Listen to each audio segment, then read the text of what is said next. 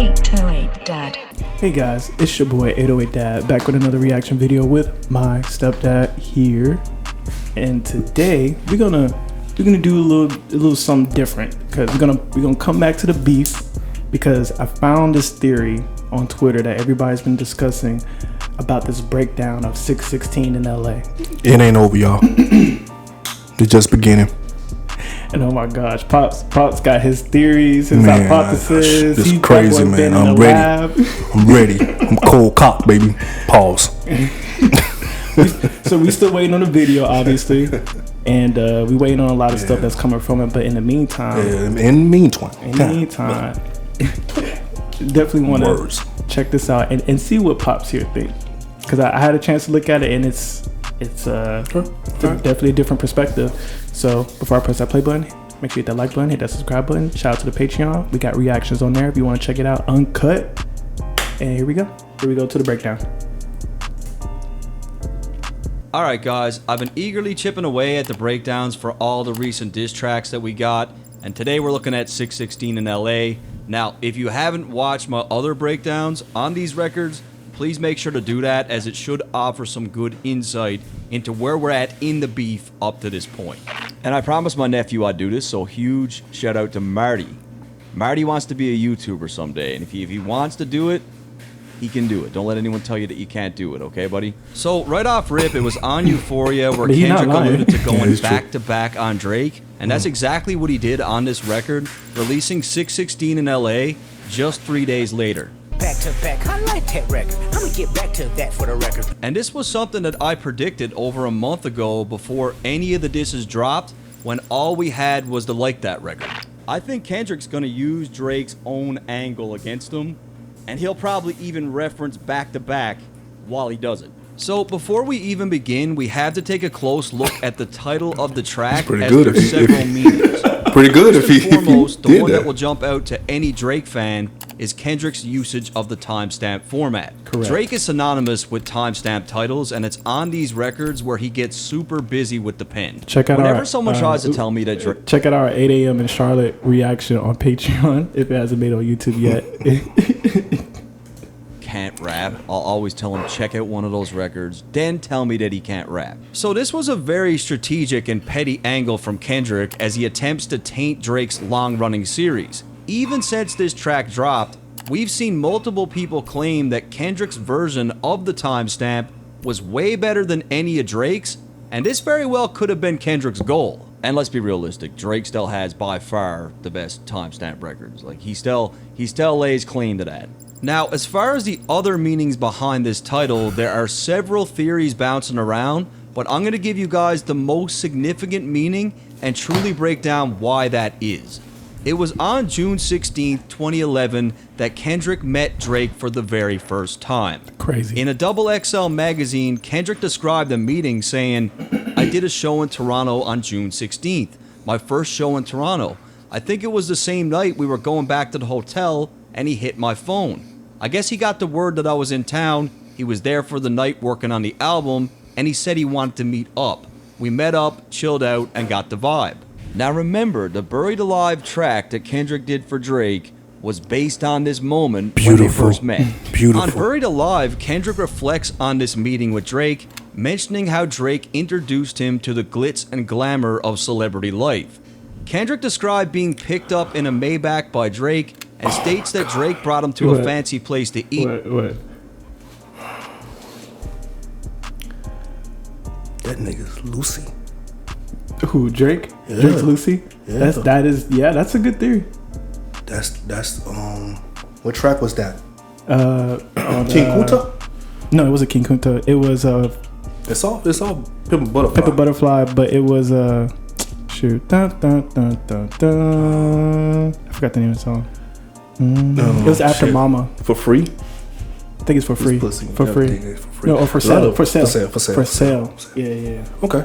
I can see how it could be, because everything the glitz and glamours and the girls and this and that, he also said that about too, because he had some girls. Yeah. In that song. Yeah. Right. A waitress coming. So basically, he Okay, all right. Yeah. Okay. Which the Makes sense, 616 thing, I didn't know that they met on that date. So I didn't know that. Where he talked to Kendrick about women and the industry. However, on the track, Kendrick truly struggles with the idea of becoming famous, as he's afraid it will change him for the worse, but he also realizes that this type of lifestyle comes with the territory.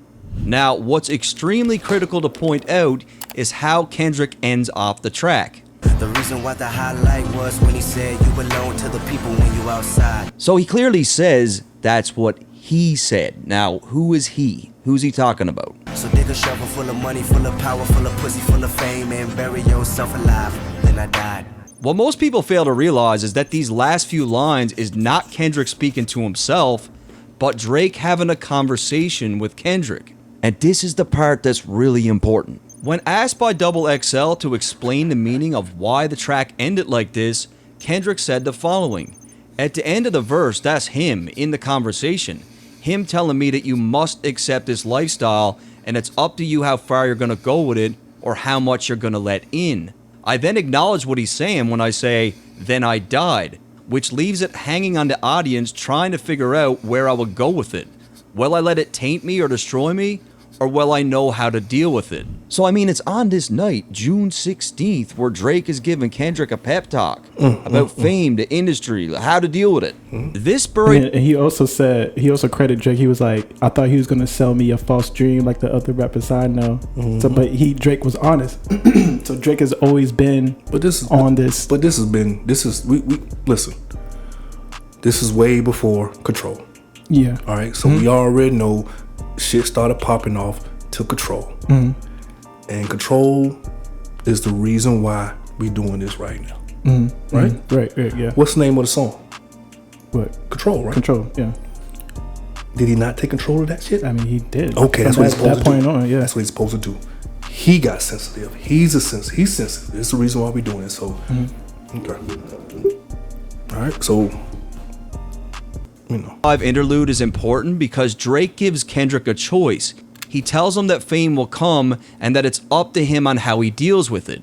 But the thing is, Kendrick wasn't the only person who needed to make this choice. This whole thing rings true for Drake as well because Drake had the exact same choice to make, and after Take Care, his fame exploded and he was completely consumed by it.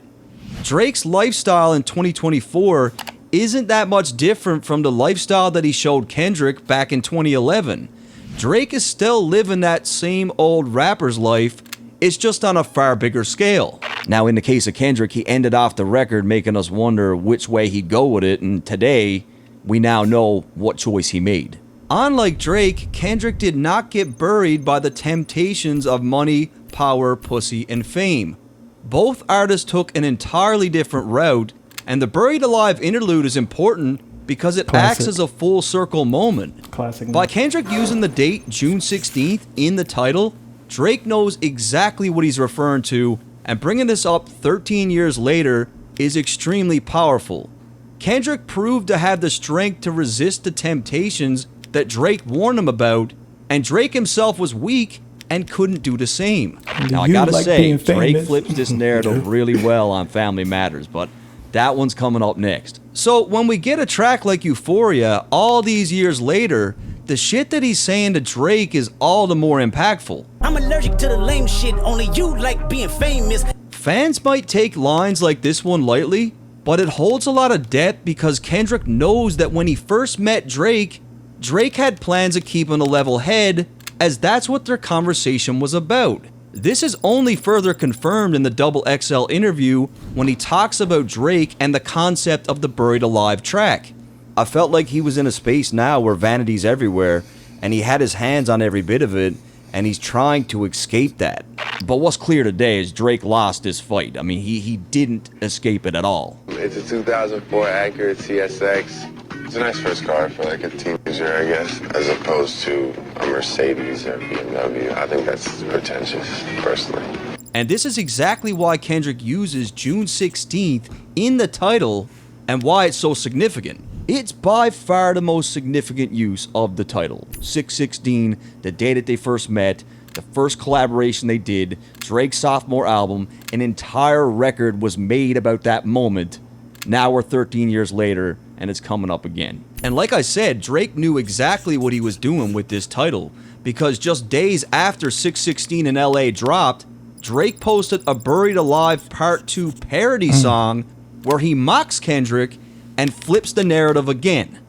If you in a pine box, it's how you felt in 2011 while we wasting time. Is he trying to sound like him? True, Crody, this is where you die. Yeah. This is I totally missed this too in our reaction. Yeah, he posted this on his social media, on his Instagram or something. Oh wow. Where he flipped Buried Alive. Oh, okay. Yeah.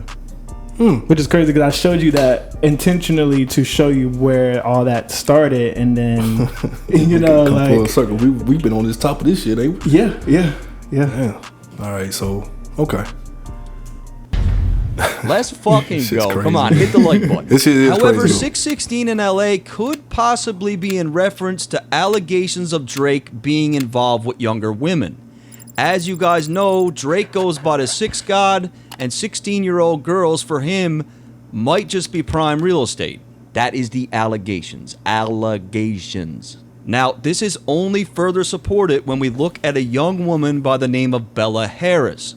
Bella is an LA-based model who even at the age of 13 stood at a height of 5'10", and she skipped the teen division of modeling and moved directly up to the women's division. So get this, at the age of 13, this child is being like categorized and showcased as a full-grown woman. When I was about 13, I was really tall. I was like 5'9", and everyone's like, oh my god, how old are you? I'm 12 and 13. And back in 2018, the internet went crazy as Drake was spotted with a then 18-year-old Bella taking pictures that resembled that of a happy couple. This shit feels like teenage fever. However, Drake has ties with Bella that dates back to 2016, and given Kendrick's angle throughout this beef, I think this is what he's talking about. This is a picture of Drake and Bella at Rihanna's Anti-World Tour. As you can see, the date of this photo is May 5th, 2016, and when we look at Rihanna's tour history, she was indeed in LA for that date. Then when we look at the fact that Bella had literally just turned 16, just 1 month before this photo was taken, it's all the more compelling.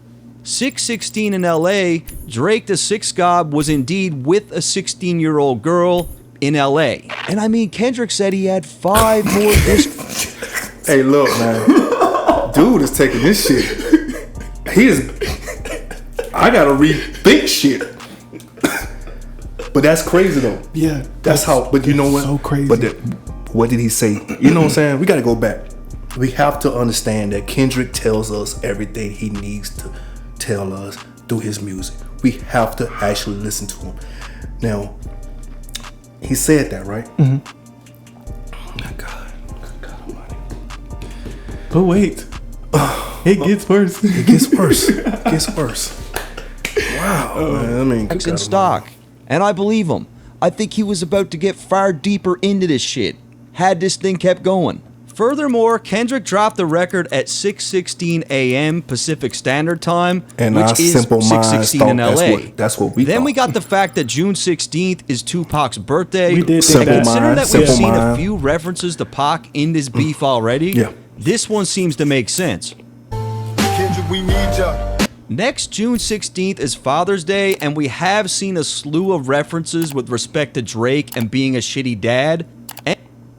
Yeah, that was the first thing we caught.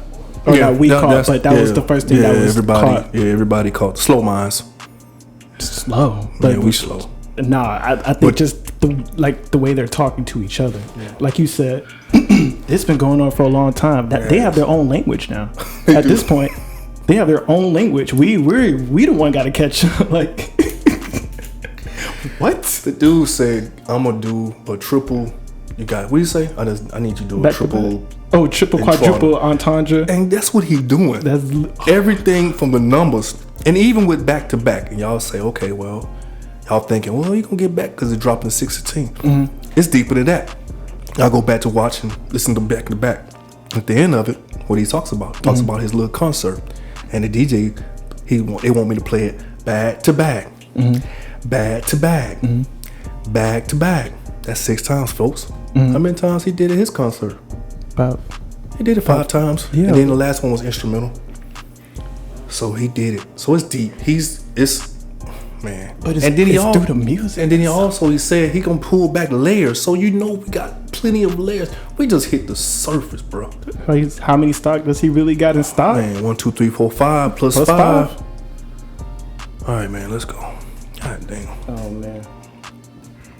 The fact that Drake's own father was absent. You don't know nothing about that. And of course, Drake also executive produced the hit show Euphoria, and the first episode of that show aired on June 16th. And that's as far as I'm gonna go with the title. There's a lot of theories out there, but these are the ones that make sense to me. With all that said, let's move on to the artwork, which is simply a cropped out version of the artwork that we would see on Meet the Grams, where Kendrick allegedly had an inside mole collecting Drake's personal items and feeding him information. And this whole thing with the artwork and these items, like, this turned into this really grew legs after. It turned into this whole other conversation. So we've got the title, we've got the artwork, now let's move to the beat selection. First and foremost, the track is co-produced by Jack Antonoff, who is a pop producer most known for his work with Taylor Swift. This is likely a troll on Drake's previous claims on Taylor Made, where he insinuated that Taylor Swift had all this power over Kendrick. Now, what I feel Kendrick is really trying to drive home here by using this producer is that just like the culture of hip-hop, even high-level people within the industry itself do not like Drake and are more than happy to help bring him down. I think Kendrick's just leaning into it. Like, yeah, I am friends with Taylor, and she's co-signing this diss. She doesn't like you. Her producer doesn't like you. Nobody likes you. Like, this is a tailor-made diss for you. The instrumental samples Al Green's song "What a Wonderful Thing Love Is," and Drake's Uncle Teeny Hodges is credited as playing guitar on that record. You knew that, right? However, what makes it even more impressive is the fact that Kendrick sampled Teddy Pendergrass on Euphoria, and now he's sampling Al Green, and they both had an album together called Back to Back Hits, feeding each. That shit crazy, man. Now I knew that too. You knew that too? Yeah. Okay. It just went right with your. Yeah, I really, cause, damn. I'm thinking beef. I'm thinking the Jay-Z's and the Nas beef, right? It's simple. Yeah. There was no layers to pull back. Yeah. You kind of knew. Yeah. But these motherfuckers, ew. Yeah. God damn, man. I mean, even Drake, even with his team. Yeah. It's just conniving. I mean, it's sport. It's different entertainment. And if you know what I'm saying, if you don't like it, man, let's move on. Back to back. More into Kendrick's claims that he was going back to back on Drake. And people say that Kendrick fans are reaching all the time, but this is clearly thought out. I mean, these records were very, very well planned. With all that said, we can now finally get into the lyrics of the song.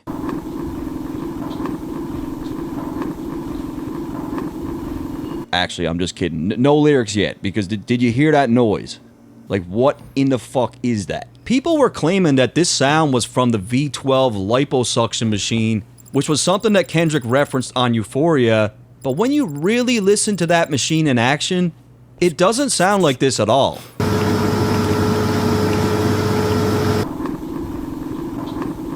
And the main reason why this video took so long is because I got extremely subject stuck on finding out what the sound was. First, I thought that it could be a money counter. I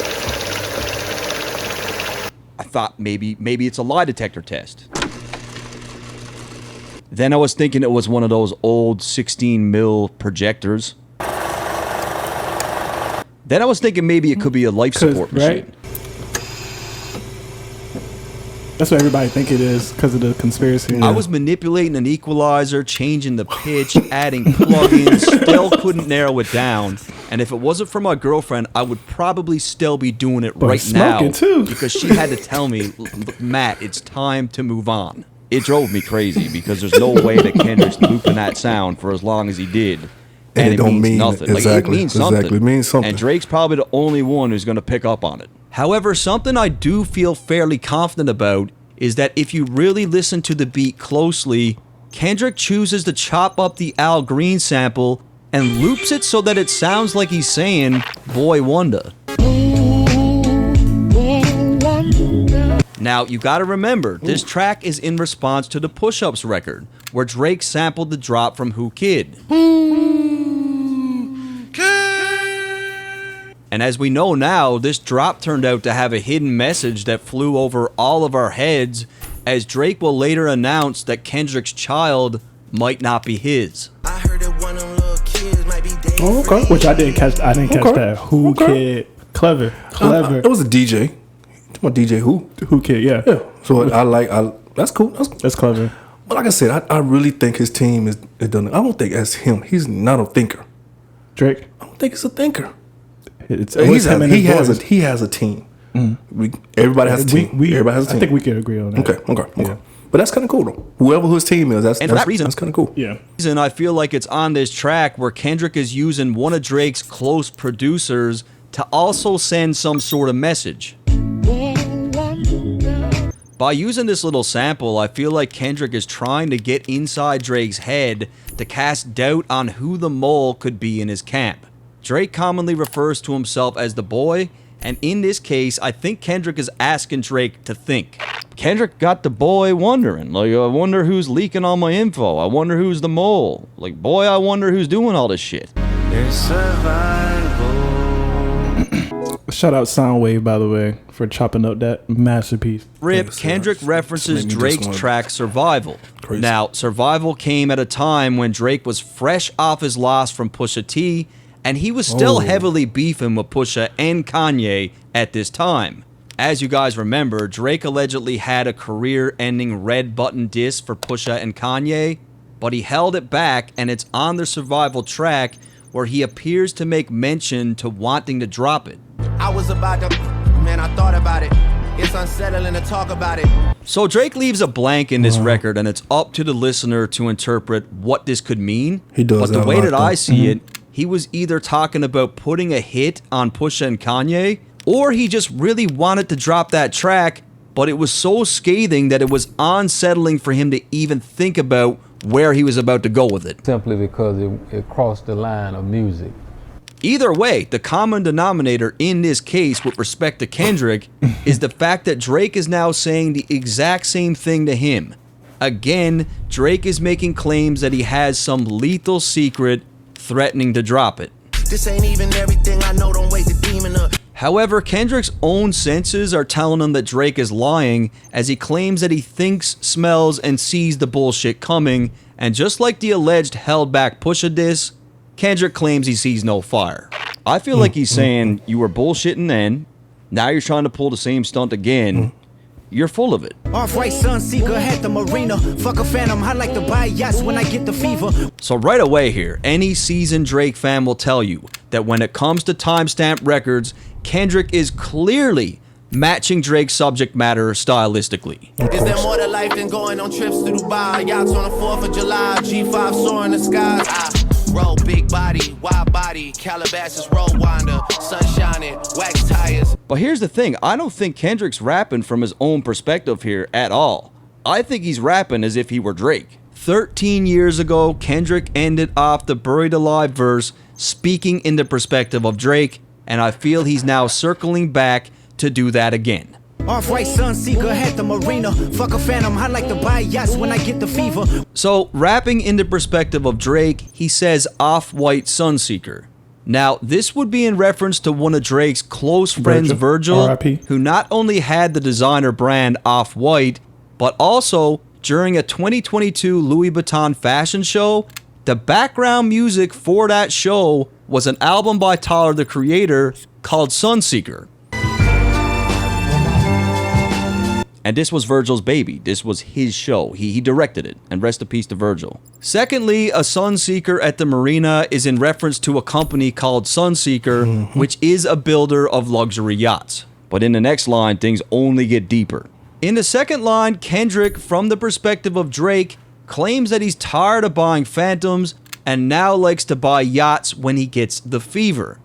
First and foremost, you gotta think about this. Kendrick does not rap about flaunting a lavish lifestyle. He doesn't own a yacht. He's not one for buying yachts. This is just so far outside of the subject matter in his music and what he represents, and that is because he is rapping as if he were Drake. I don't believe that this first chunk of the verse is from Kendrick's perspective at all. A Phantom is a model of car from Rolls-Royce that Drake not only owns multiple variations of, but he's mentioned the Phantom in at least 10 different tracks over the years, maybe even more. Now I'm in the Rolls with illuminated angel. All my Rolls Royces got a different body. Bought a white ghost, now shit is getting spooky. Leg hanging out the Phantom. However, Kendrick is painting it as if the Phantom is no longer scratching the itch for Drake. He needs to go bigger, which is exactly what he did when he rented the Ocean Corel yacht in 2022. No one will say for sure how much Coral Ocean is worth, but I can tell you it's well north of $100 million. When Drake rented this yacht, he was going all over the place. Like, he was traveling everywhere. Now, here's where things take a turn and get a lot darker. Following up on his previous line about yachts, he claims that he likes to buy yachts when he gets the fever, and the Fever is another builder of luxury yachts. Now, this is where it goes left. The Sunseeker has another line of yachts called the Predator, and as we know, Drake has a song called Teenage Fever. Listen, pay attention, babe. Now, where it gets crazy is when we look at Drake's relationship with Millie Bobby Brown. Here she is with Drake on a yacht at the young age of 13. This photo was taken in 2017, shortly after his More Life album dropped, which had the track Teenage Fever, and coincidentally enough, the oh no, it got to the look. This is the kisser right here. The media was categorizing the More Life album as yacht rap. Now, to put the cherry on top, where was this picture taken? At a marina. Think about it. Sunseeker has a yacht. No. Called the Predator. Drake's More Life album was being called yacht rap. It had a track called Teenage Fever. He's with a 13-year-old girl on a yacht, and in this picture, they're at a marina. This is not a coincidence at all. It's not. And Kendrick drops plenty of little clues here just in how he pronounces certain words. Yeah. And if you pay attention to how he says, I like to buy yachts, he's actually making a reference to Dubai yachts. Fuck a Phantom, I like to buy yachts when I get the fever. Is there more to life than going on trips to Dubai? Yachts on the 4th of July. And back in 2015, Drake was very happy to announce that he was on a yacht in Dubai. And if you're familiar with Kendrick's catalog, you know that he does shit like this. God damn, man. That nigga got anything to scope for real, bro. Y'all ain't fucking, y'all, come on, man. Hey, look, man. We gonna let y'all 95%ers, man. Y'all can have Drake, bro. I'm on the 5% side, man. This nigga here done murder this dude, man, for real. On every level. Now I gotta go listen to it again. Yeah, me too. God damn, it's man. Insane. You know what? We gotta step our game up, man. Yeah. We would not be shitted on again.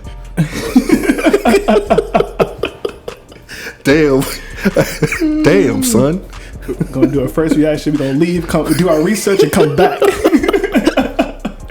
We about to change this shit, man. Ain't nowhere in the hell, man. Some of this shit was goddamn we figured out. You know what I'm saying? Us, we figured out. Right.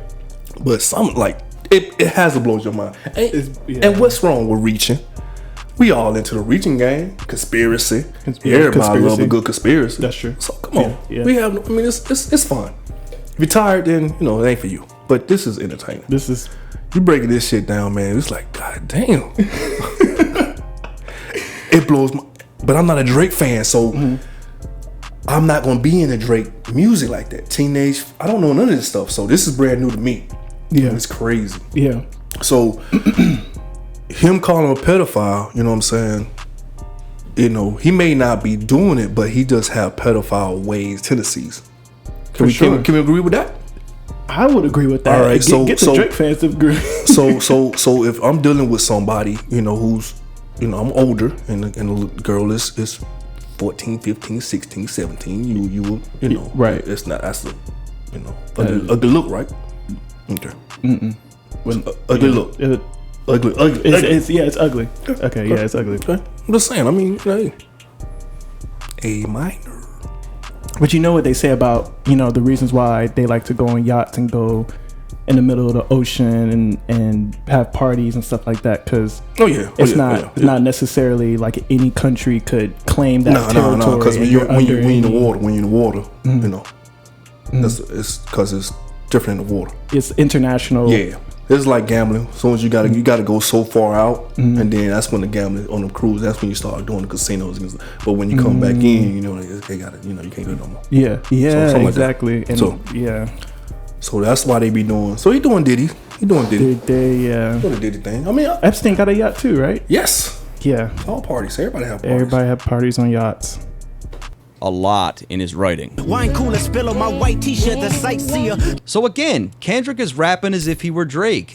Not only does Kendrick hardly ever drink, but when he does drink, it's exclusively wine. Yeah, I drink a little bit. What's your preferred beverage? Just wine. Like Jesus. What about, have you ever... Now, there's a huge difference in wine and wine coolers. Most men do not drink wine coolers. No. I'm talking about fruity drinks with soda and tons of sugar. White Claw. Kendrick uses little keywords like this to let the wrong with listener y'all out know that this is not his life we're talking about. Kendrick's not drinking wine coolers, guys. Drake is the guy that loves wine coolers. That's pretty much all he drinks. And what's even more interesting is how wine coolers became his beverage of choice. He's in the a big first troller, place. though. Were you drinking white wine spritzer? I was. That's my drink of choice. It's basically my mother had a friend who I was always sort of like infatuated with. But we used to go to her house and be poolside, and she used to like fill up a white wine spritzer, and she would like casually slide it and leave it there, and then she'd just show up with another one, and I always felt like she was trying to send me a message.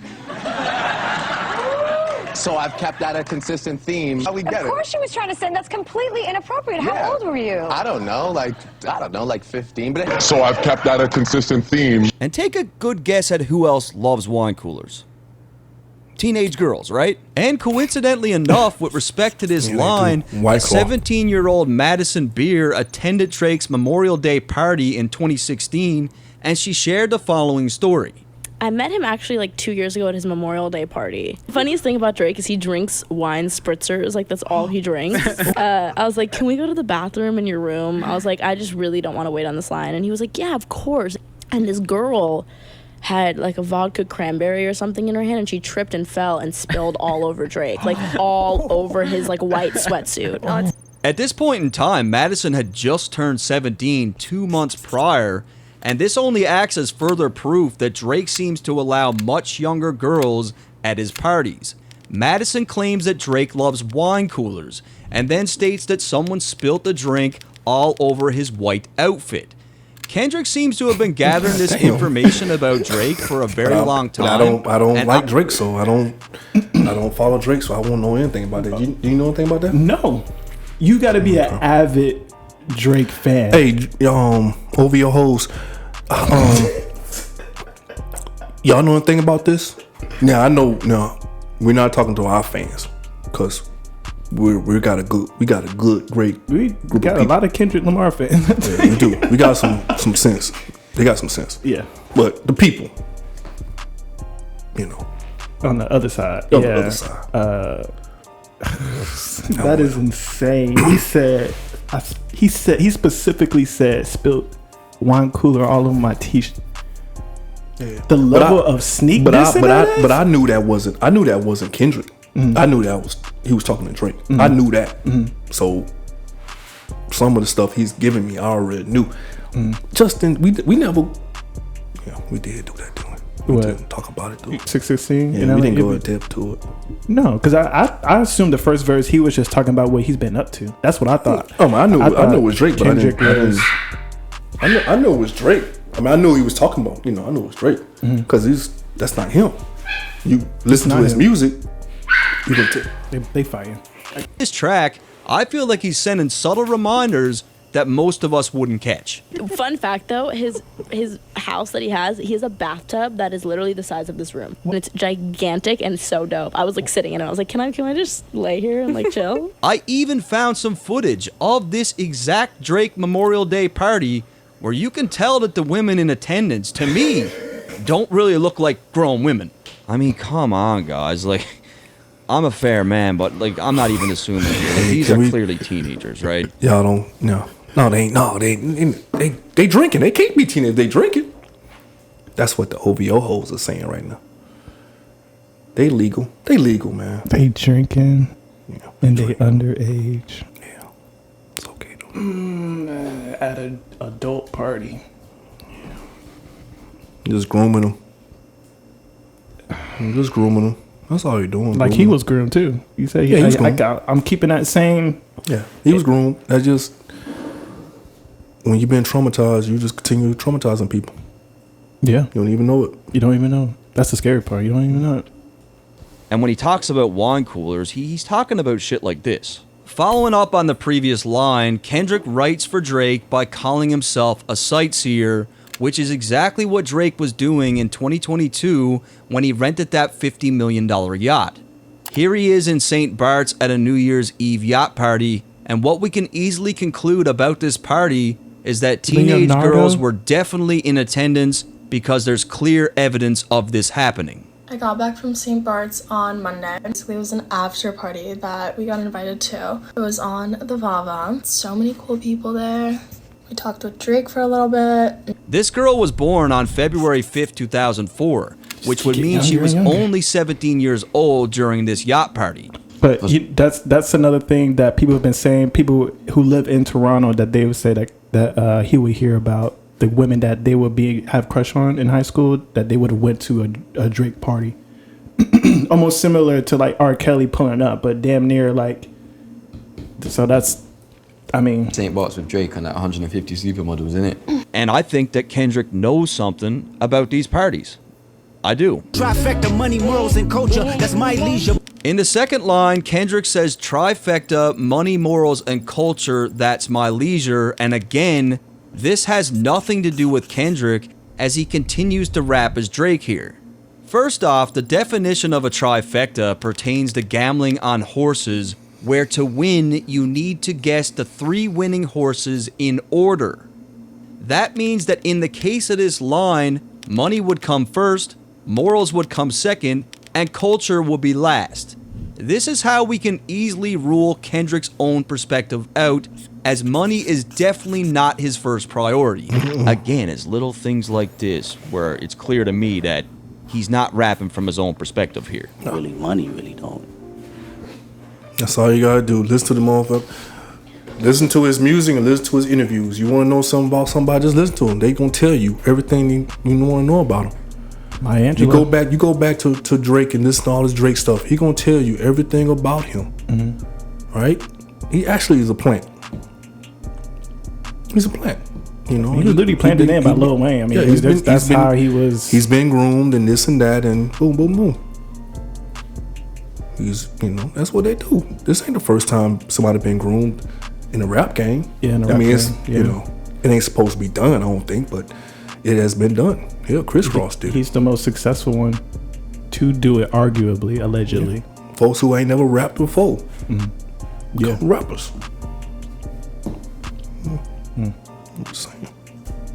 I'm learning that now. You know, that's not really my I want to see a freestyle by him. In the case of the line as it pertains to Drake, money is seemingly at the forefront of everything that he does. He's willing to put aside morals and culture to get it. This explains why morals and culture come in second and third place within the trifecta. At the end of the day, those two things will never really matter for Drake, as money will always dictate his every move regardless. So I mean, when we look at a trifecta by definition, like what it means, the line makes literally no sense pertaining to Kendrick. My visa, passport tatted, I show hub in Ibiza. Once again, I'm not sure how this would ever pertain to Kendrick, as he never raps about shit like this, and there's no documented proof that he has ever been to Ibiza. Not only that, Ibiza is known as the party capital of Europe, which doesn't really seem to be a place that fits into his lifestyle. When we look at how Kendrick structured and set up this first verse, it only makes sense from Drake's perspective, as he was in Ibiza on that exact same yacht. And Drake has referenced Ibiza in his music many, many times. Grab Lisa, bring her to Ibiza. Appealing Ibiza, so what? She took dick in Ibiza. We went to Ibiza. And this whole infatuation these with niggas are both Ibiza. fans. I'm telling you, have to be like an avid Drake fan to know all this. No, I'll be honest with you. You go back and listen to him, man. I mean, he's been listening to his music. He's listened to Mr. Morale.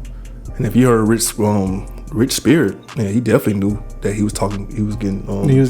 Drake was talking about. I mean, Kendrick was talking about Drake. So and literally turned him to a song. That right there alone, man. The dude told you, I'm gonna make you into a song. Guess what, people? He made him into a song. Who has ever done that? That's why it's hard to listen to Drake music the same, because you cannot listen. That's why he came back that little wave my dance, wave my hands, and making me dance. I like Drake the melodies. Drake, this is new. He never talked about it before in his music. It's only these recent years where he's been bringing it up a lot. It's almost like Ibiza has become Drake's new favorite hub, and if you listen to how Kendrick enunciates this line, that's exactly what he says. That's your hub in Ibiza, your hub in Ibiza. And I don't know why Drake loves Ibiza so much, but maybe Kendrick does. And again, in very recent times, Drake referenced a tatted passport in his music. My visa passport tatted. I tatted your passport up. So this all ties and flows perfectly together in reference to Drake and how he lives his life, and given the fact that Kendrick rapped from Drake's perspective on Buried Alive, and this track is called 616 in LA, which was the date that they first met and the concept of that record, Kendrick is doing the same here. And the concept of the Buried Alive track is just as important for Family Matters, which we are doing next. Luke Callie's dwellings in Brooklyn just to book me some pizza. Kendrick continues to replicate the subject matter that Drake showcases on these timestamp records. If you heard Drake say a line like this straight from his mouth, you wouldn't second guess it, as it fits perfectly into the style of his pen. Eating like I'm seated at Swiss Soto and Yoso's. Catering is from Giorgio Bardi, Robin's favorite. He nailed it. It is bang on how Drake raps on these tracks. Bang on. Luke Callie's dwellings in Brooklyn just to book me some pizza. It's just the way he enunciates shit is very cryptic. Like, he doesn't even say before we move on for this, I wonder too, because he said book me some pizza. You ever heard the conspiracy theory about Pizzagate? So Pizzagate, basically there's a pizza restaurant located somewhere that apparently a lot of politicians like to go to because there's a back door that you go downstairs. And they keep children and they play children. Okay. And this all stemmed from when Hillary Clinton got her emails leaked, and there would be these weird emails where they'd be like, oh, I really want some hot dogs. You know, the last time that we had them was really good. Oh, okay. Like stuff like that, right? It's been debunked. People, you know, conspiracy, But it's just weird how Kendrick said he's in New York and he booked me some pizza. You don't book pizza. You order. No, you don't book it. You order pizza. Okay. That's interesting. That's a little interesting. So he says pizza. Just to book me some pizza. And book me some pizza is weird too. Like, there's shit in here that Drake is only gonna get. And on Euphoria, remember, Kendrick said that he hates the way that Drake sneak disses people. I hate the way that you sneak diss. If I catch flight, it's gonna be direct. And what Kendrick means by that is Drake will diss someone and only his intended target will pick up on it. And due to the fact that Kendrick is mirroring his style and writing from Drake's perspective on a timestamp titled record, this first verse is riddled with shots at Drake that only he understands. And that's why the beginning of this record doesn't even sound like a diss, because he's writing in the style of Drake.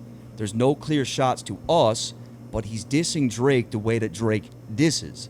And because Drake has been at this pizzeria in Brooklyn before, this is just another clue that Kendrick has given us that he's writing this verse from Drake's perspective. How you eating, bro?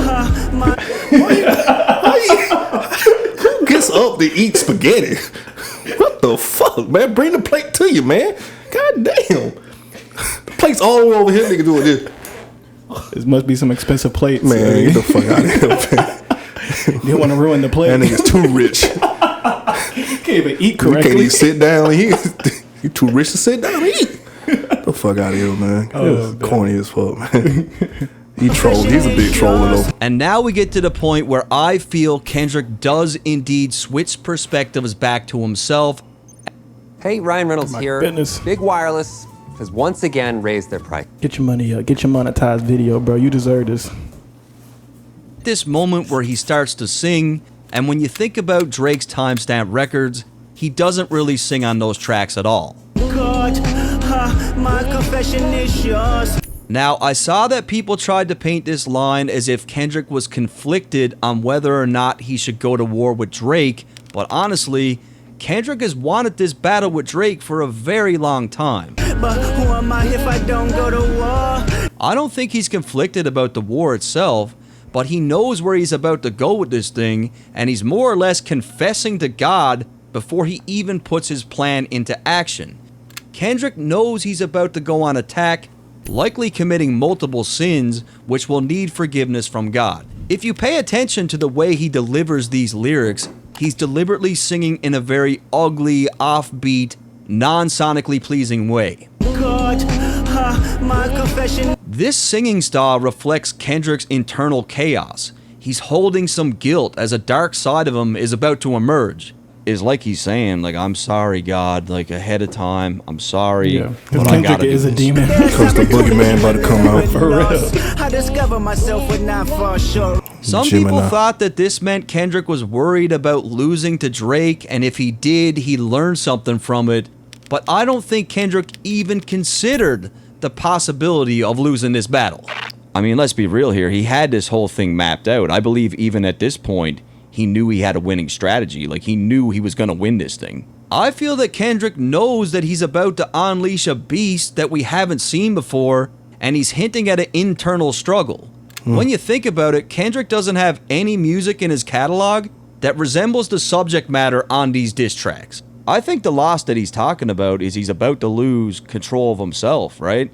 He's about to go against everything he stands for, like his faith. However, being a man of God, he knows that the Lord will forgive him, and he knows that going through with this thing will offer an opportunity for even more growth. Raise my hands to a fallen sky. I fantasize me jumping planets, immortalized. I correspond. So a fallen sky is basically an aftermath of a disaster, and it's here where Kendrick is daydreaming about the results of the war.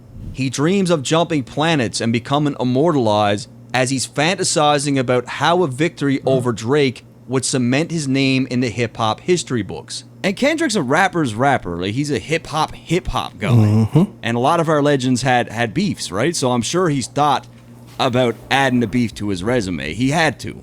These thoughts are so strong for Kendrick that they overpower his own faith, and it's here where he really decides that he needs to go through with it. He truly confirms this when he says, I correspond, meaning he needs to fulfill this fantasy. So I feel like he's daydreaming about, like, destroying Drake and getting him out of here and how that'll feel, and then he snaps out of it and he says to himself, I gotta do this, I gotta go through with it, I correspond. 3 angels watching me all the time. Kendrick claims that he has 3 angels watching him, and for anyone who's familiar with Christianity, you will be well aware of Michael, Gabriel, and Raphael. These are the 3 main angels chosen by God, and each angel represents something different. Given the fact that Kendrick knows he's about to embark on a journey that's testing his faith, he knows that these 3 angels are with him for guidance on the mission. And guys, he pretty much confirms this by bringing up some of these angels later on in the track. Outside of this biblical reference, in 2013, Kendrick lost 3 of his close friends, Chad, Pup, and Braves. He mentions these guys on multiple songs, but on a YG record, he makes reference to all 3 of them. From what I could gather, he was really close with all 3 of these young men, so it's very possible that the 3 angels is with him is these guys too. Put my children to sleep with a prayer, then close my eyes. Definition of peace. So coming off his Euphoria diss, Kendrick painted Drake as a deadbeat dad. That's whole shit. I got a son to raise, but I can see you don't know nothing about that. Kendrick states that Drake is not instilling the same family values as he is, and in this line, he confirms that putting his kids to sleep with a prayer gives him 100% peace. This is all he seems to need. With Drake's kid, it's almost like he wants them to be just as famous as he is. Like, almost like the Kardashians' kids or something, right? Where he's all up in the interviews, he's in the music videos, he's all over social media. Whereas Kendrick, you know, you're hard-pressed to find even a photo of his kids. It's just 2 different parenting styles, we could say at a minimum. Tell me who gon' stop me. I come from love. Kendrick makes a reference to himself as he moves with love, strong morals, and integrity, and by living this way, he feels unstoppable. In contrast, as we heard on Euphoria, he doesn't feel like Drake has the same values at all. So, in Kendrick's mind, this is like a battle of good versus evil. And still, cover my heart, then open me up. So, Kendrick refers to someone by the name of Estelle. Now, it's not 100% confirmed, but this appears to be his grandmother. And when claiming that she covers his heart, he's alluding to her offering him protection.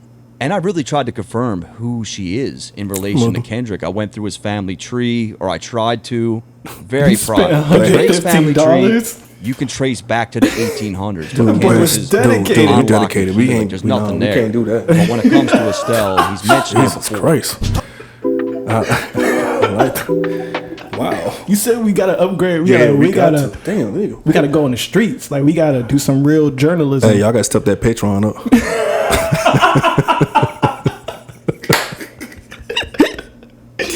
We got research to do. There's also the fact that during Coachella, he had her name on his custom boots, where it clearly reads Estelle Oliver. Estelle Oliver on his mother's side. So I believe this is his grandmother. Remember when picked up a pen, lyrics that I can trust, timid soul, staring in the mirror, asking where I was from. Kendrick appears to be reminiscing on a simpler time. When he first picked up the pen, he didn't have much to prove, but it also seems like he didn't have a lot of confidence. It's suggested in the previous line that Estelle helped open him up, possibly helping him come out of his shell. By all accounts, he was a very shy child, which really isn't that uncommon for these artsy type of kids. Like, they tend to be more withdrawn, right? And Kendrick himself once shared a story of just how shy he was. There was a math question that I knew the answer to, but I was too scared to say it. And then this little chick said the answer, and it was the right answer, my answer. That bothers me still to this day, being scared of failure. And from his past lyrics, we know that his grandmother had a huge impact on the entire family. Ever since grandma died, everyone parted ways, argue on holidays. He even said that all those Grammys that he won, when he won all those in a row, he said those are all at her house. My 7 trophies is at my granny's in heaven's arms. And he did say when she passed away, he was heartbroken. Grandma said I get some Jordans for my grades. That's my baby. When she died, my heart broke 100 ways. So when he was younger, it seems clear that this woman had a huge impact on his life. I know this type of power has gone cost, but I live in circadian rhythms of a shooting star. Kendrick recognizes that he's asking a lot from the Lord while on this journey. Earlier in the verse, we heard him dream about becoming immortalized. He understands that the type of power that God has blessed him with comes with a cost. And to me, this first part of the verse here has a lot of references to God and religion. Yeah. And in terms of Christianity, a shooting star means that God is with you, he's guiding you. Now, as far as the circadian rhythm line, let's look at this piece by piece. A circadian rhythm is the internal process in the human body that regulates when you sleep and when you wake up, and it's all linked to the Earth's rotation. Now, a shooting star is a streak of light in the sky caused by a meteoroid burning up as it enters into the Earth's atmosphere. It's very fast, but a brilliant phenomenon. By combining these ideas, Kendrick could be suggesting that, like a shooting star, his life or moments in his life are intense but fast. Plenty of meteoroids remain in space, and only some are destined to enter the Earth's atmosphere and become shooting stars. Kendrick doesn't want to be another rock floating through space. He wants to make a lasting impact with his art, but he recognizes that he has a limited time on Earth to make this happen.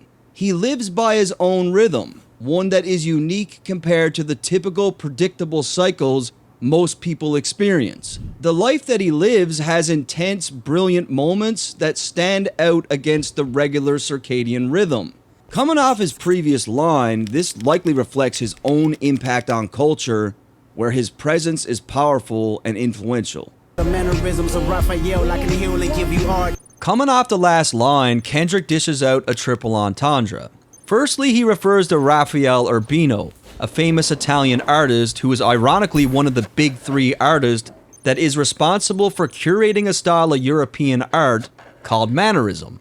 Secondly, Kendrick is talking about Raphael the Angel, which was one of the three angels that was referenced earlier, and Raphael is known for being a protector and healer.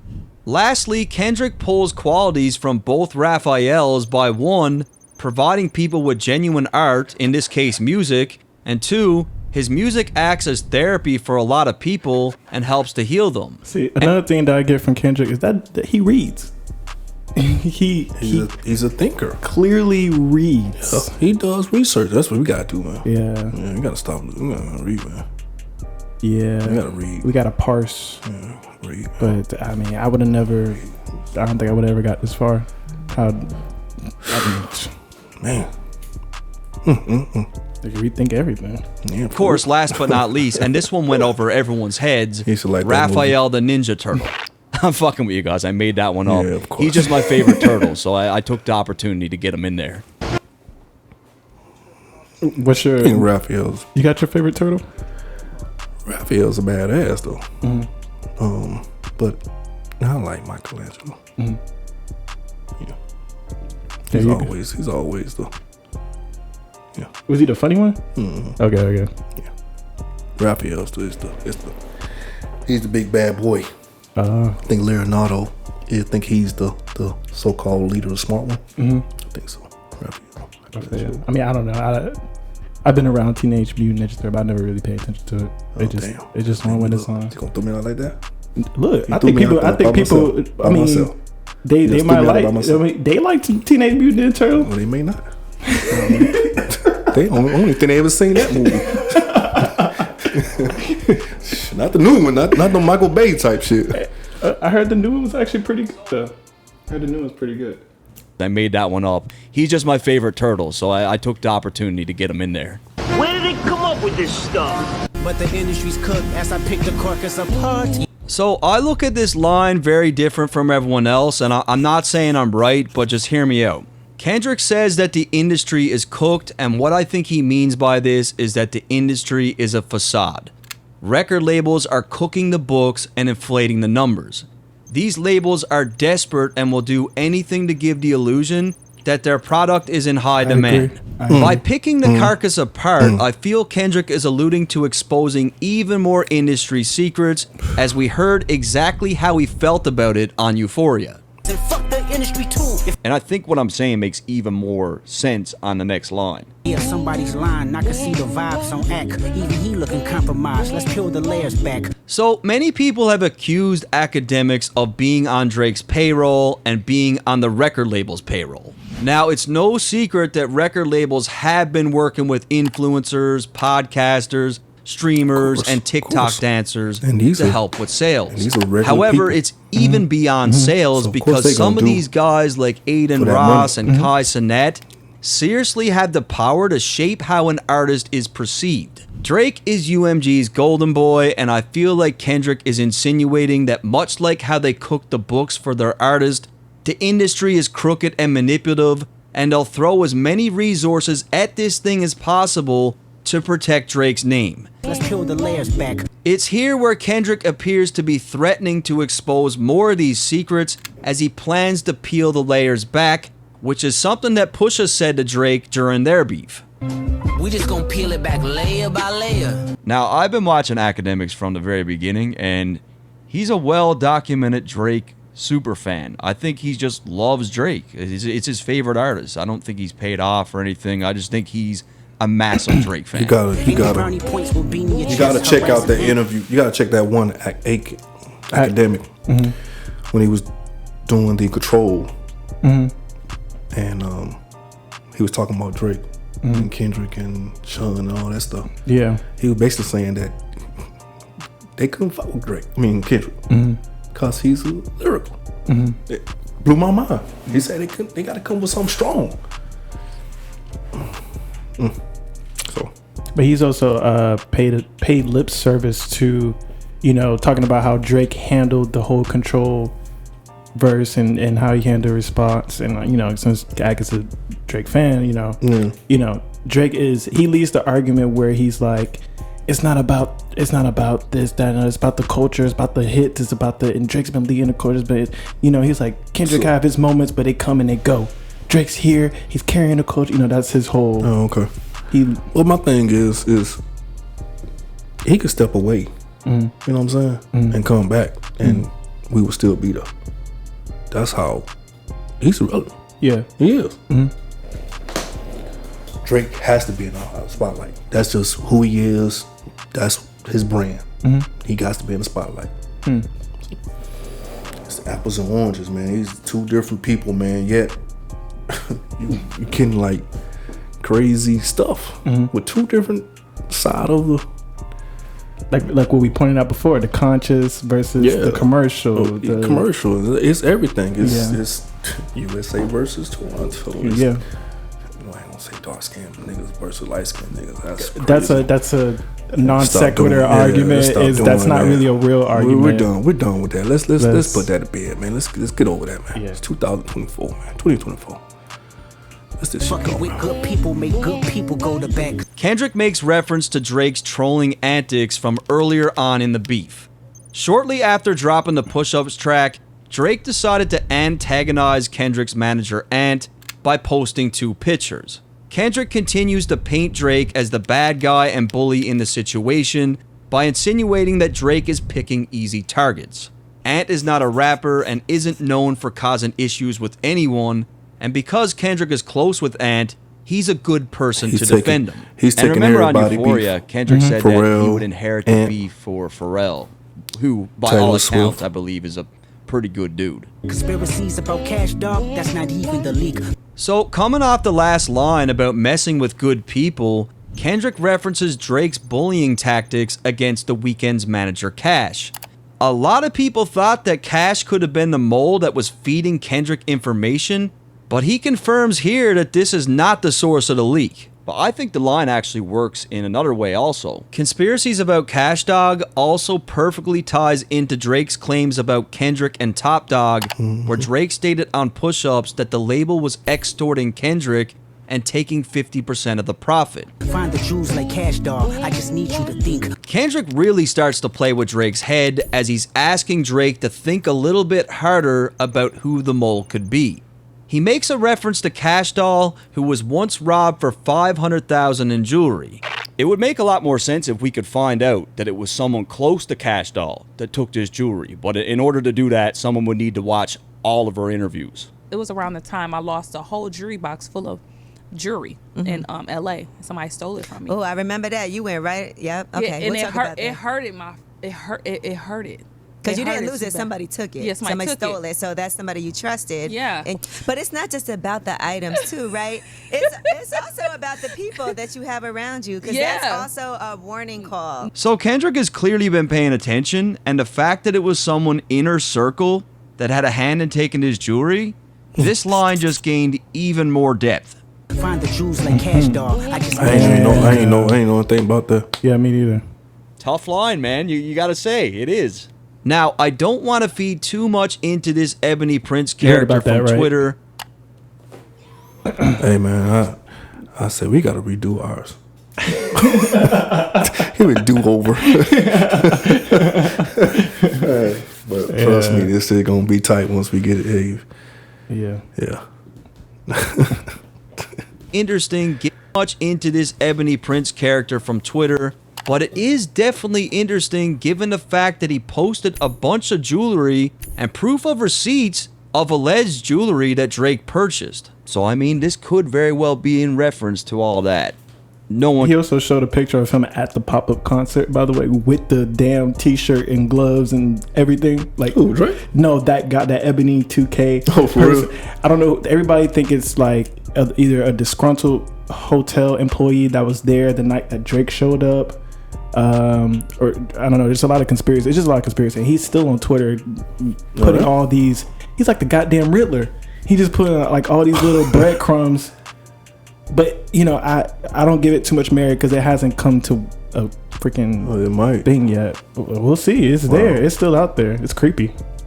Confirm. It's all really weird. Are you finally ready to play? Have you ever? Let's see. Kendrick continues to turn up the heat and references his lyrics from Euphoria. Have you ever played? Have you ever? Okay, nigga, let's play. Now he really starts to mess with Drake's head. Have you ever thought that OVO is working for me? Kendrick cleverly attempts to make Drake question all those around him by suggesting that someone close to him is not really on his side. Fake bully, I hate bullies. You must be a terrible person. Everyone inside your team is whispering that you deserve it. So pretty self-explanatory. Kendrick continues to paint Drake as the bad guy and implies that even his own team are preying on his downfall, claiming that he deserves everything that's coming. I ain't worried about him being invited, man. Kendrick references Drake's #1 smash, Tootsie Slide. This was a track that had everyone dancing during the summer of 2020, which is something that Drake is really good at doing. What's going on now? Now, Tootsie Slide... He's trying to get us to dance again. No. What is Kendrick doing? Not like us. It's a dance thing. Yeah, that's TikTok is taking over that. And then guess what? Football season gonna start soon. Colleges, high school.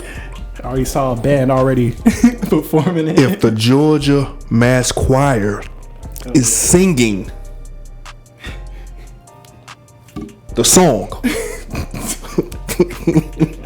just imagine. Come on, man. He's getting bodied by Drake. Drake is getting bodied by Drake. His whole antics, everything he's done. Same thing with Meek Mill, all that stuff. Come right back.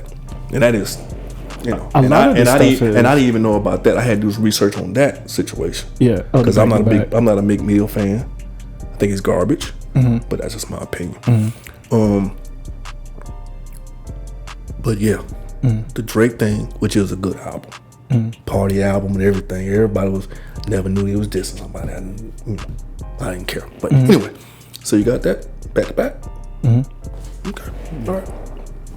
Conveniently dropped just 3 months after a video surfaced of Drake, where he's kissing a 17-year-old girl on stage. Yeah, we saw that. But this is around the time this video came out. So this video came out first, and then the Tootsie Slide came out. Oh, for real? That's what I didn't know that, but that's what he just said. Oh shit, bro. Damn, I'll back it up. Gotta stop talking. You gotta listen. Listen to best dance. Now, Tootsie Slide conveniently dropped just 3 months after a video surfaced of Drake, where he's kissing a 17-year-old girl on stage.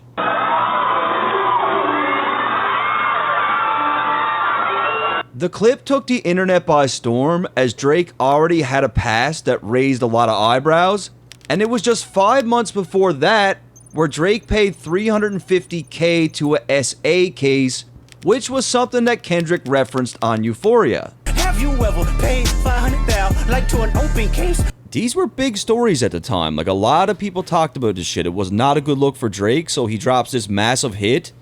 And of course that helps deaden the noise, right? Yeah, however, when it comes to this beef, Kendrick seems to be saying that even if Drake pumps out another big hit, the damage that he's about to inflict in this war will never be forgotten. So basically, no matter what, anything you do from here on out, it's been compromised. Correct? Correct. Everything. So, you know, he came out with the ugly with the Spanish chick, right? And some other thing I heard too. Guan Delilah. But it's more of the melody Drake. Definitely melody Drake that Kendrick wanted to hear. Yep. I think that's trolling too. I think he's trolling the whole thing. I think he's still dissing Drake, Kendrick. It's just, it's gonna be a hot summer, y'all. I mean, it's gonna be crazy. And then he's gonna be dropping where a lot of music is gonna be. People gonna be dropping a lot of music.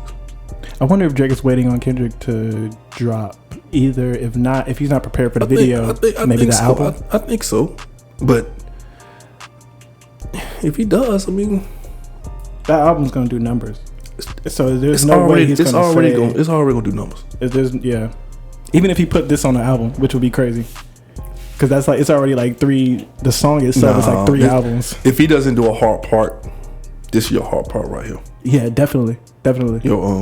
Not Like Us. Yeah, and then we're going to the album. But I do need a hard part though. I want another hard part for real. Hard Part 2 was the shit. Yeah, that was the best. It's still my favorite, I think. Ooh, that beat was just part 3 was good. And 4 was. Don't sleep on the first one. First one he rapped over that Roots beat. Oh no. I'm sorry. I want to go all the way back, but I say my favorite. Okay. Was 2. Yeah, my favorite's 2 too. Yeah. And 4 was basically letting this fool know That's when he dropped Good Kid, Mad City, right? I'm thinking about to take your fans now. Huh? Yes, that one, right? the first two. I mean, Heart Part 2 was right before. Because he said, make sure you go out. You know, don't let hip hop die. Don't let hip hop die on October 22nd, so like that. And that was when the Good Kid, Mad City came out. Yeah. He says or does, he's not going to get away from what Kendrick's about to do. I mean, this is probably true. Not Like Us was a #1 record. Look what he was saying on there. Like Drake couldn't even get away from the ghostwriter shit. Like this new stuff's pretty heavy. Like it's gonna be hard to shake. It was fun until you start to put money in the streets. They lost money because they came back with no receipts. Kendrick insinuates that Drake is paying people to find dirt on him. Now, Kendrick, who lives a very low-key and private life, claims that Drake wasted his money since there's no dirt to be found. And it's also clever because, you know, you can't get your money back from a store without the receipt. I'm sorry that I live a boring life. I love peace, but war ready if the world is ready to see him bleed. Kendrick claims that the world is ready to see him take Drake's head off, and when we think about this beef, it seems like this was really the case. Kanye even said that all the rappers were excited to eliminate Drake, and everyone from the casual hip-hop fan to people that didn't even listen to the genre were chiming in to tear Drake down. I mean, it was at the point where people were hating on Drake and they didn't even know why. Yeah, like, they'd be like, yeah, that is true. Including like I told you, I was like, wow. When he called me, he was like talking about. I was like, this thing is bigger than hip hop now. I'm gonna cut that part out. Son. Yeah, no, I'm not doing names. Oh, okay. Yeah, because in the Death Grips video, they was like, you was at the ATL concert. I thought I saw you. No, you did. You didn't see me. I don't know what you talking about. I was not there. I mean, I was there, but you did not see me. Let's keep that. I'm a fucking metalhead, but fuck Drake. The Elohim KTW. So the word Elohim can actually be found in the scripture of multiple religions. In Christianity, it can be found in the Old Testament, and in Judaism, it's used in the Hebrew Bible. However, in both religions, it's recognized as a word for God. Using this here as a word of common ground between the two religions to state that regardless of the faith, he is the God. And in the exact same context, he uses this word on Family Ties, which is a record that I always thought was full of shots at Drake. The Elohim, the rebirth. Before you get to the Father, you gotta holler at me for that's all him. Now the KTW thing on your is top cryptic 5 as it gets. Like I cannot figure it out. I look for days and days. None of the theories that I saw make sense to me. I think it's something that only Drake is going to understand. But if one of you guys know, or you think you know, leave it in the comments. It drove me crazy. Out what that is. Yeah. Niggas gave me homework. Kendrick continues with the mental gymnastics. He paints Drake as someone that is tossing and turning to figure out who the mole could be in his camp. He does this by referencing a wire in his circle, which is something that rats will wear when gathering information for the feds. And this is going over all of our heads because clearly the line is layered. There's something there. It's very eerie. It's very cryptic. There's something we're missing. If you were street smart, then you would have caught that your entourage is only to hustle you. Kendrick comes in with a bit of a cultural reference here. Drake isn't from the streets, but over the years has surrounded himself with street people. It's not uncommon in hip-hop for a rapper to have an entourage of people who are only around for their own benefit. So Kendrick's saying, like, Drake is so ignorant that he believes that these guys really like him when they're just using him, and Kendrick's a little wiser to it. Like, he's seen this play before. 100 niggas that you got on salary, and 20 of them want you as a casualty. Kendrick makes reference to the people on Drake's payroll. Now, this could be a reference to anything from the people that signed to his label, the team of writers that he's employed, streamers like Aiden Ross or Kai, his Mob Ties connection with Jay Prince, or any of the other street connections that he may have established over the years. And he's saying 20% of these guys want you out of here. They want you gone. And one of them is actually next to you, and two of them is practically tired of your lifestyle, just don't got the audacity to tell you, but... Now, I'll be honest, guys. I'm not going to sit here and pretend to know who Kendrick's talking about here. Is it 21 Savage? Is it 40? Is it Yachty? Is it Chubbs? Who really knows? It does seem very specific, and Kendrick says this with such conviction, but at the same time, This could also just be a war tactic to get inside Drake's head even further to make him question absolutely anyone that's close to him. It's a crazy angle, but no one knows for sure who he's talking about. Let me tell you some game, cause I can see you, my little homie. You playing dirty with propaganda, hit blow up on you. Coming off the last line where Kendrick claimed that people close to Drake don't have the heart to tell him the truth, Kendrick claims that he's about to give some advice to Drake as he can see through his dirty propaganda and suggests that it's gonna blow up in his face. This could be in reference to the narratives that Drake has been planting about his failed relationship with Whitney, the 50-50 split rumors with TDE, That's a pretty fair warning. using streamers like Aiden and Kai to help with public perception, or cooking the numbers. You're playing nerdy with Zach Bia and Twitter bots. So remember what I mentioned earlier about Kendrick's thoughts? All this stuff that he's been saying, it comes after, and everybody, oh, Kendrick, dude has already told y'all everything. He's putting everything out there, so I don't know what y'all, goddamn, I don't know what y'all want. Well, the Drake fans keep coming up with new theories I don't know. every How can day, they keep coming with new theories? Because the dude's telling you exactly what's going on. They're not, I feel like because they're not Kendrick Lamar fans, that they can't see what we see. The thing about it is, you ain't really got to be a fan. Just fan of hip-hop. I don't think they fans of hip-hop. I'm a fan of Jay-Z. But Jay-Z, I feel Jay-Z got body. I feel that Jay-Z was taking shots. He's been taking shots at Nas for a long time. Just like Drake was doing. But this is no Jay-Z or Nas. Yeah. This is no that. That's none of this. This is not even no Tupac and Biggie. This ain't Tupac is very straightforward. This ain't no NWA and Ice Cube. This ain't no Common versus Drake. This ain't Common versus Ice Cube. Yeah. This is some way, because it's to have beef in this era is crazy. Yeah. Because for so many times, so many years, we have lost a lot of young rappers in this so-called beef. You know what I'm saying? It's been street beef, right? So that's a different type of beef. For sure. This beef right here, hey man, it's gonna probably it's hard to say the greatest because you got so many times, you got so many things ahead of us. It's the greatest in my lifetime. This is one of the greatest albums. This is one of the greatest battles because both of them had good music. Yeah. Okay, so it's entertaining. Put this in a book. Publish this whole video and all the tracks. Like it's the art. It's Sun Tzu. This is Sun Tzu on a whole crazy scale. But you just can't outthink a thinker though. When you really want to sit down and think, get that man 5 years, bro. Get that man 4 years. It don't matter how many people you got. Why you have a whole bunch of writers though? But you have it because you're not a writer. You're just entertained. Look, Jimmy Kimmel got writers. A lot of these talk show hosts, y'all think they coming off the cuff with stuff. They got writers. No. Singers. Usually singers got writers. Yeah, usually singers got writers. Look, and ghostwriters are never supposed to tell. That's the reason why they call it ghosts. Yeah. Never should tell who they've been writing for. Right. Yeah. Right. That's unwritten rule. Reason why I call it ghostwriter. Music industry when it comes to cooking the numbers. Popular influencer Zach Bia hosted an online DJ segment on his Instagram during COVID-19. A huge amount of traffic, and he even premiered Drake's hit Tootsie Slide. It's about to be the hottest song in the world. Song of the summer. No sequence. What Kendrick is trying to get across here is that Drake uses every resource imaginable to manipulate the masses. He drives this home even more with the reference to Drake using Twitter bots during the beef, that they saying Kendrick which is something now. else that he was accused of doing.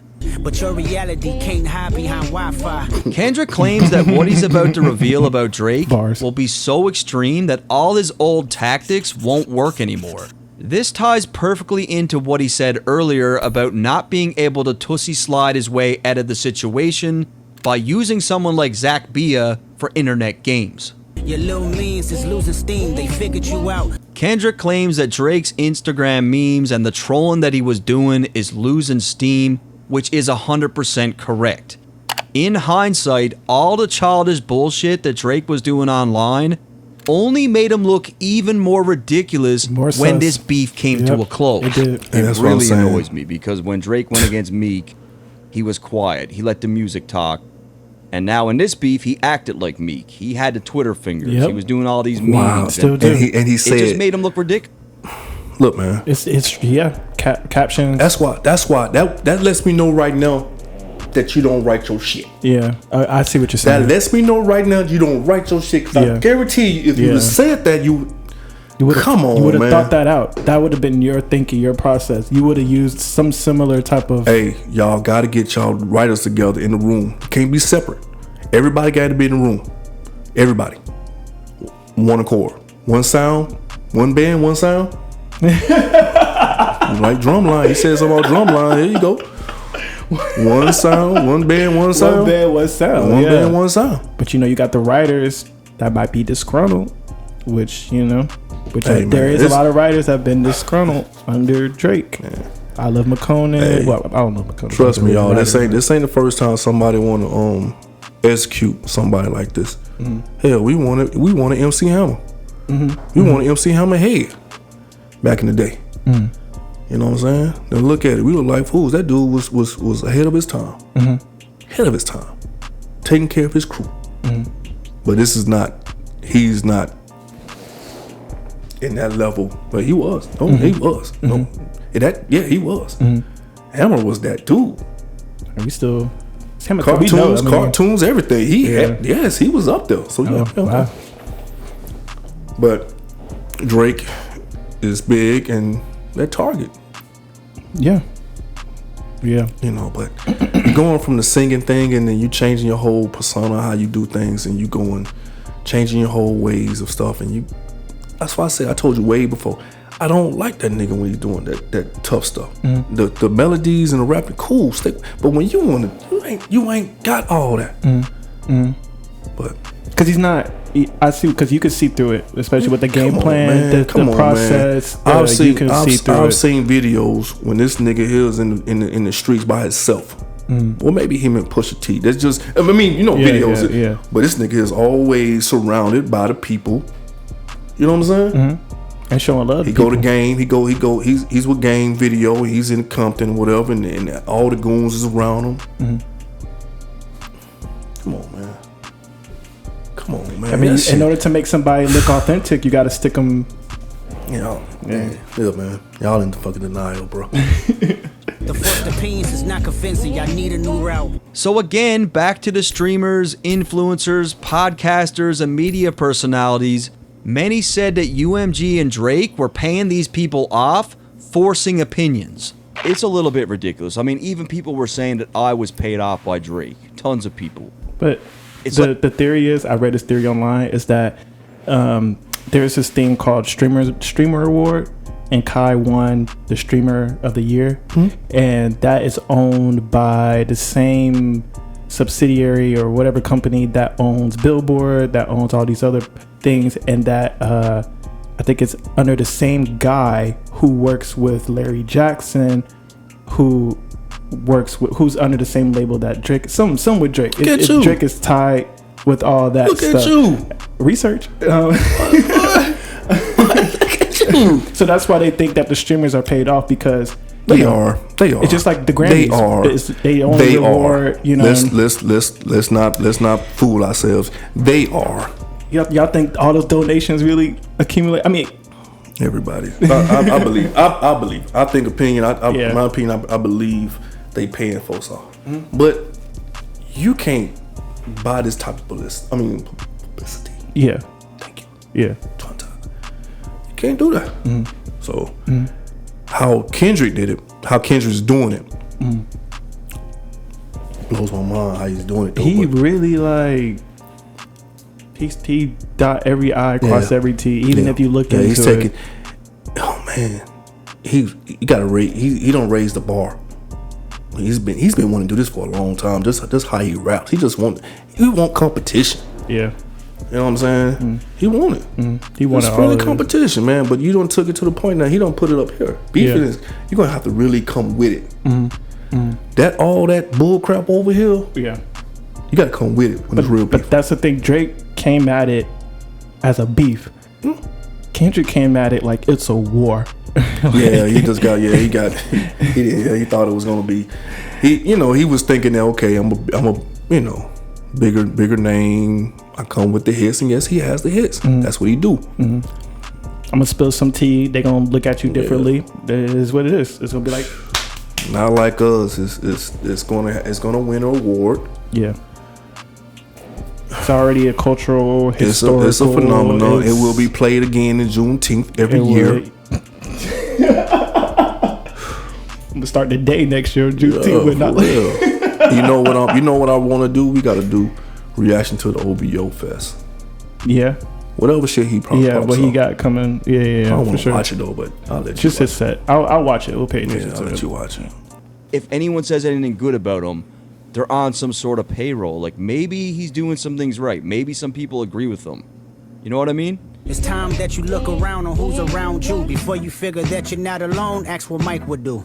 So in the first line, Kendrick is advising Drake to take a good look at his team, assess the situation, and start questioning who's really loyal here.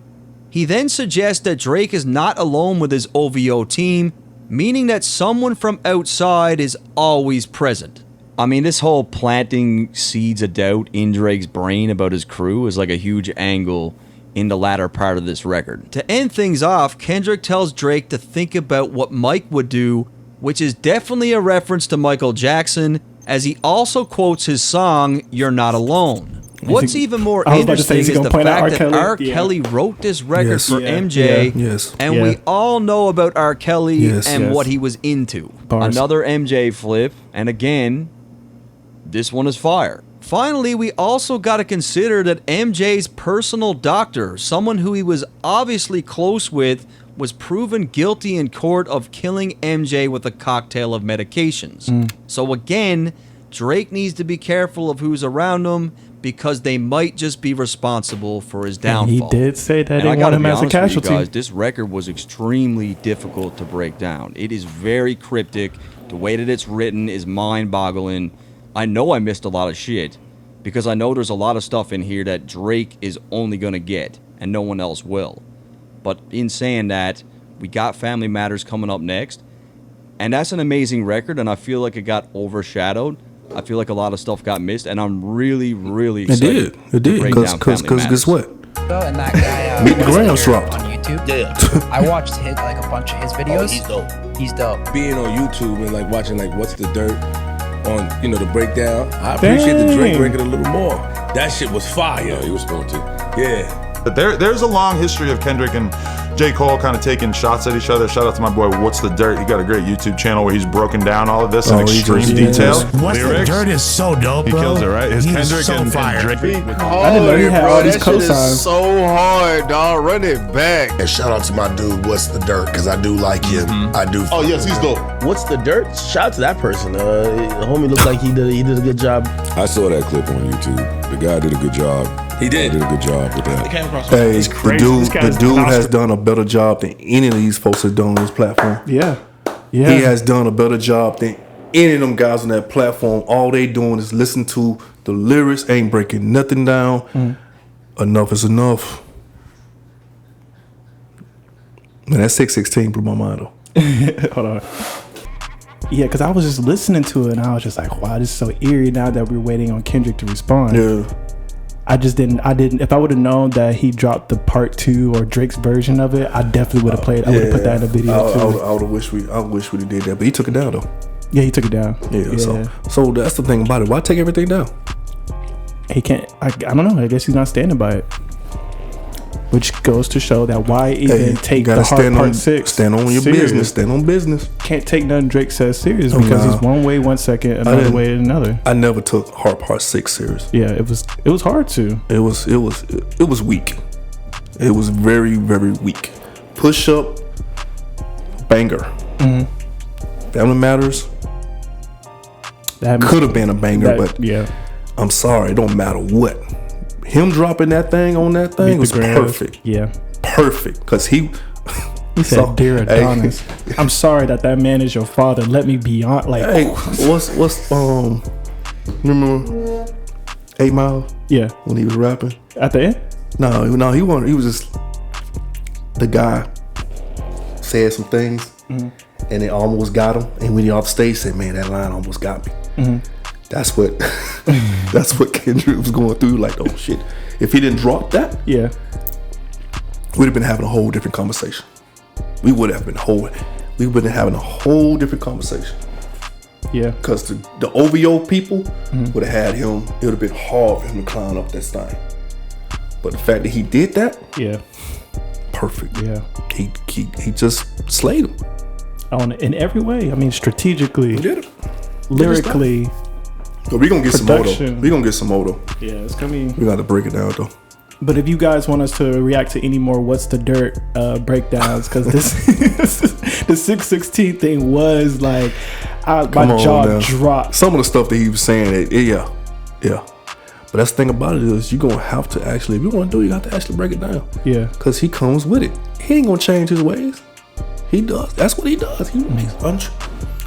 Listen, triple, quadruple, quad.